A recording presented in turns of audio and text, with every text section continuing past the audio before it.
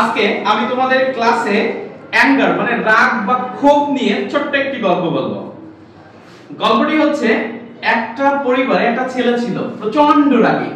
একদিন তার বাবা তাকে ডেকে এক ব্যাগ ভর্তি পেরেক দিয়ে তাকে বলল যে বাবা আজকে থেকে তুমি যতবার রাখবে ঠিক ততবার এই ব্যাগ থেকে একটি করে পেরেক নিয়ে আমাদের বাড়ির পাশের মাঠে যে একটি কাঠের যে তক্তা রয়েছে, মানে ওয়াল থাকে, দেয়াল থাকে, কাঠের দেয়াল, ওই তক্তার উপরে যে তুমি একটি করে পেরেক মারবে, তুমি যতবার রাখবে।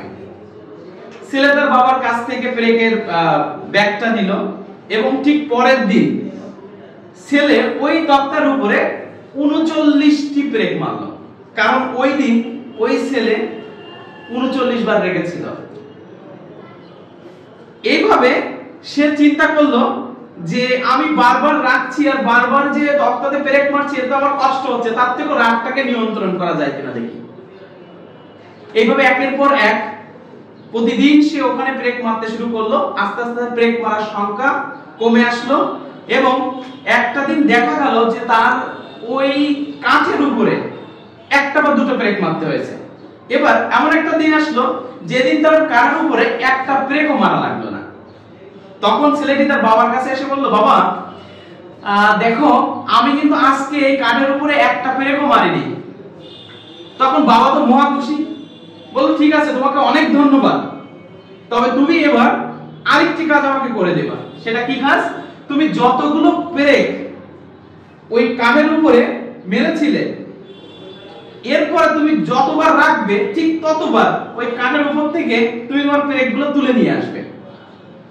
যেই কথা সেই কাজ। ছেলে বাবার কথা মতো যতবার রেখে যায় ততবার ওই কাঠের পেরেক থেকে কাঠ থেকে পেরেকটা তুলে ফেলে এবং একটা পর্যায়ে সে দেখা যায় যে সমস্ত পেরেক ছেলে কাঠের উপর থেকে তুলে ফেলেছে।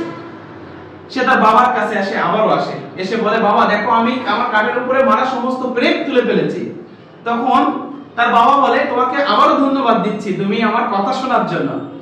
এরপরে তার বাবা তার ছেলের ঘাড়ে হাত দিয়ে বলে আচ্ছা ঠিক আছে চলো আমরা ওই কাঠের পাশে যাই।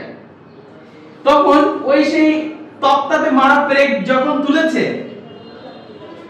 ওই কাঠের পাশে নিয়ে যে বাবা তার সন্তানকে বলে দেখো তো ওই তক্তার উপরে তাকায় যে ওখানে আর তুমি কিছু দেখতে পাচ্ছ কিনা। তখন ওই ছেলেটি বলে যে হ্যাঁ বাবা দেখতে পাচ্ছি যে কাঠের উপরে ছিদ্র ছিদ্র হয়ে গিয়েছে, যেহেতু আমি পেরেক মেরেছিলাম আবার পেরেক তুলে ফেলেছি তাই কি হয়েছে, ছিদ্র ছিদ্র হয়ে গিয়েছে। তখন তার বাবা তার ছেলের ঘাড়ে আবার হাত দিয়ে বলে দেখো বাবা রাগের মাথায় আমরা যে কাজগুলো করি, আমরা রাগের মাথায় যে সিদ্ধান্ত নিই, রাগের মাথায় যে মানুষকে কষ্ট দিই, সেই কষ্ট একসময় আমাদের রাগ কমে যায়। আমরা মানুষের কাছে মাপ চেয়ে নিই বা আমরা আমাদের ভুল বুঝতে পারি যে আমি কি করেছি, কিন্তু ওই ক্ষতটা রয়ে যায়। কি হয়ে যায়? ক্ষতটা রয়ে যায়। যেমনটা তুমি কাঠে পেরেক মেরেছিলে রাগের মাথায়, পরে যখন রাগ থেমেছে তখন যখন পেরেকগুলো তুলেছো, দেখো পেরেক তুলতে পেরেছো বাট কাঠের ক্ষত কিন্তু তুমি বুঝতে পারোনি। তাই আমরা যারা রাগী, রেগে যে আমাদের বন্ধুদের কষ্ট দিই, দেই না? আমরা কোনো মানুষকে কষ্ট দিই, বাবা মাকে কষ্ট দিই, দেই না?